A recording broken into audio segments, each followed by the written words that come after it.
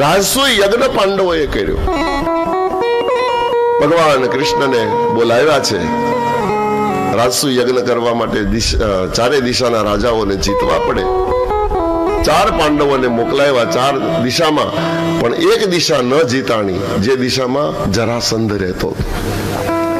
કૃષ્ણએ કીધું કે આપણે આયોજનમાં થોડીક ઉતાવળ કરી ગયા. ભીમને એ બાજુ મોકલ્યો હોત તો વાંધો નહોતો, કારણ કે જરાસંધનું મૃત્યુ ભીમના હાથે લખેલું છે. કઈ નહીં, ભલે બેસાડી જીવ તો બીજું તો. અને બેસાડી પછી અર્જુન અને ભીમને લઈ અને કૃષ્ણ જરાસંધ પાસે ગયા છે. બ્રાહ્મણના વેશે ગયા છે. જરાસંધ બ્રાહ્મણ પ્રેમી હતો અને પોતાના રાજ્યમાં બ્રાહ્મણોને આવેલા જોઈ એટલો પ્રસન્ન થઈ ગયો. સિંહાસને બેસાડ્યા, ચરણ ધોયા, ચરણામૃત લીધું, શરણમાં બેહી ગયો અને પ્રણામ કરીને બોલ્યો કે ભારત વર્ષનો ભૂદેવ કોઈ દિવસ નિમંત્રણ વગર કોઈને ઘેર ન જાય. આજ વગર નિમંત્રણે તમે મારા રાજ્યમાં પધાર્યા, મને તો પાવન કર્યો, મારી ધરતીને પાવન કરી દીધી. મારા ઉપર જરૂર કલ્યાણ થવાનું છે. પ્રભુ પધારવાનું પ્રયોજન શું? ક્ષમા કરજો, પૂછાય નહીં. ભારતનો બ્રાહ્મણ ક્યારેય ક્યાંય જાય નહીં. આયા છો તો જરૂર કે કારણ હશે. જે હોય એ ખુશીથી કયો. એ વખતે ભગવાન કૃષ્ણ બોલ્યા કે જરાસંધ, તારી પાસે કઈક માંગવા, યાચવા આવ્યા છે. યાચના કરવા આવ્યા. એ શબ્દ સાંભળ્યો જરાસંધ ઉભો થઈ ગયો. જરાસંધે કીધું, મહારાજ, રાજ્ય જોતું હોય તો રાજ્ય હાજર છે, ધન સંપત્તિ જોઈતી હોય તો ખજાનો ખુલ્લો જ છે, અને મસ્તક માંગો તો મહારાજ અત્યારે કમળ પૂજા કરીને મસ્તક ચડાવી દઉં. માંગો માંગો, ભારતનો બ્રાહ્મણ માંગે. એ વખતે કૃષ્ણએ કીધું કે એમ નહીં તો બોલે અમારે યુદ્ધ કરવું છે, યુદ્ધ જોઈએ છે. યુદ્ધની માંગણી કૃષ્ણએ કરી એટલે જરાસંધે કીધું કે એક વાત નક્કી થઈ ગઈ કે તમે જાતના બ્રાહ્મણ નથી. કેમ? બોલે બ્રાહ્મણ કોઈ દી યુદ્ધ ના માંગે, બહુ થાય તો દક્ષિણા વધારે માંગે કે આ કવરમાં થોડું ઘટે છે નાખો. બહુ તો કઈ સીધું પાણી માંગે કે લાડવા કરવા છે કઈક લાવો. બ્રાહ્મણ કોઈ દી બાવું ચડાવીને જજમાનને એમ ન કે હાલો સત્યનારાયણની કથા પૂરી થઈ, ઘડીક આપણે બધા આવીએ. તમે માંગો છો એના પરથી નક્કી થઈ ગયું તમે બ્રાહ્મણ નથી. પણ આ વેશને હું યુદ્ધ આપી ચૂક્યો છું, મને તમારો ડર પણ નથી. જમરાજ હોતો પણ મને તમારી બીક નથી. માંગો અને પ્રગટ થાવ કોણ છો? કૃષ્ણ અસલ સ્વરૂપમાં પ્રગટ્યા. જરાસંધે ઝીણી આંખ કરી. જરાસંઘે કીધું એટલે મથુરા વાળો મારી બીકમાં ભાગી ગયો એ કે બીજો રણછોડ કે બીજો કોઈ? કૃષ્ણએ કીધું હસીને, હા હું ઈ જ પોતે રણછોડ. કનૈયા તારી સાથે યુદ્ધ નહીં કરું. કેમ?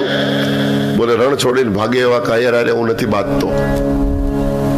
કૃષ્ણએ કીધું કાંઈ વાંધો નહીં, તો મારી હારે અર્જુન છે. અર્જુન એટલે પાંડવ. બોલે હા, એની સાથે પણ હું યુદ્ધ ના કરી શકું. કેમ? બોલે છોકરું કહેવાય, એની હારે બાંધવામાં બે બાજુ મને નામ ઓછી મળે. એના હાથના માર ખાવ તો લોકો એમ કે જરાસંધ જેવો યોદ્ધો અર્જુનના હાથના, છોકરાના હાથના માર ખાતા. અને મારું તો એમ કે લોકો શું કે મારો છોકરાને મારે હું મોટી ધાડ મારી.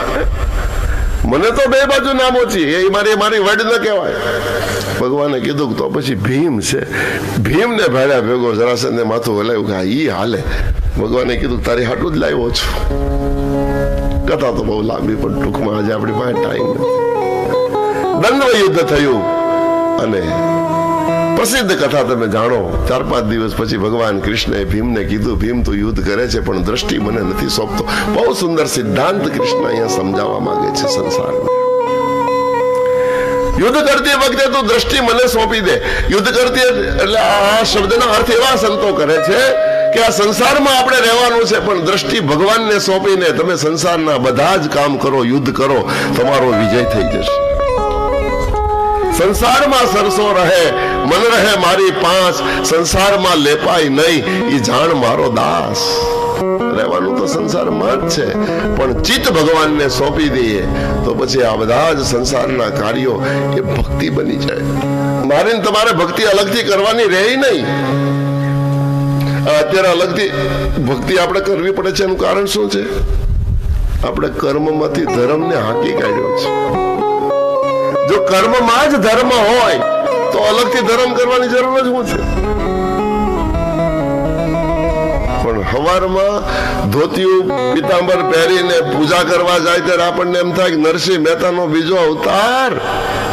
પણ એ અડધો કલાક પૂજા કરવા જાય ત્યાં સુધી જ દુકાનને થડે આવીને બેહે, પછી સાધુ આવે તોય કાપી નાખવાનો, બ્રાહ્મણ આવે તોય કાપી નાખવાનો.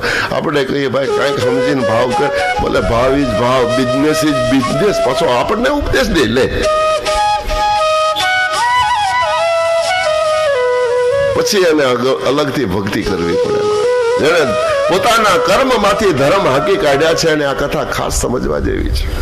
કર્મમાં જ ધર્મ હોવો જોઈએ, તો અલગથી બીજો ધર્મ મારે તમારે કાંઈ કરવાની જરૂર નથી.